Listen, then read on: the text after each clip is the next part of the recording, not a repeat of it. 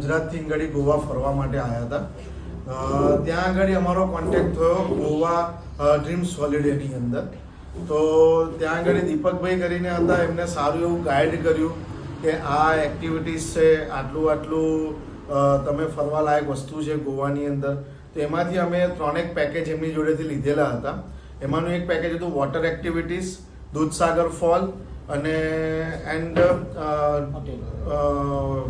આપણે શું કહેવાય ડિનર ડ્રિંક, આપણે ક્રૂઝ ડિનર, 3 પેકેજ રીતે લીધેલા હતા. એમાંનો એક એક્સપિરિયન્સ શેર કરીશ વોટર એની અંદર.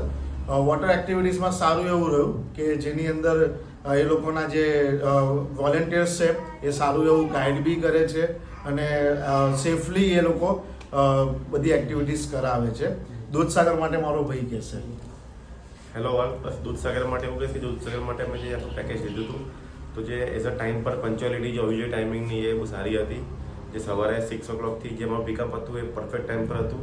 ત્યાંથી ગયા પછી જે આખું ઓવરઓલ જે ત્યાં આગળ જઈને ફોરેસ્ટવાળાનો બીજો સપોર્ટ હતો, ઇવન જે અમે વોલેન્ટિયર હતા એ બહુ જ કોઓપરેટિવ હતા. જેના લીધે અમારી આખી જે ટ્રીપ બહુ સરસ રહી અને એમને બહુ આનંદ આવ્યો એ વસ્તુનો. ધન્યવાદ. Thank you.